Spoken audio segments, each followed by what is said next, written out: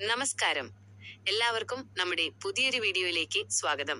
ഇന്ന് നമ്മൾ നോക്കാൻ പോകുന്നത് നമ്മൾ തയ്ച്ചു കഴിഞ്ഞ ഒരു ടോപ്പിലോ അല്ലെങ്കിൽ ഒരു ചുരിദാറിലോ എങ്ങനെ വളരെ എളുപ്പത്തിൽ ഒരു സൈഡ് പോക്കറ്റ് പിടിപ്പിക്കാമെന്നാണ്. ഫോണോ മറ്റോ വെക്കാൻ പോക്കറ്റ് ഇല്ലാത്ത വസ്ത്രങ്ങളിൽ നമുക്ക് സ്വയം ഇത് ചെയ്തെടുക്കാം. ആദ്യമായി നമ്മൾ ചെയ്യേണ്ടത് ടോപ്പിന്റെ സൈഡിൽ ഇടുപ്പിന്റെ ഭാഗത്തായി കൈ കടത്താൻ പാകത്തിന് കുറച്ച് സ്റ്റിച്ച് ഒന്ന് വിടുവിച്ചെടുക്കുക എന്നതാണ്.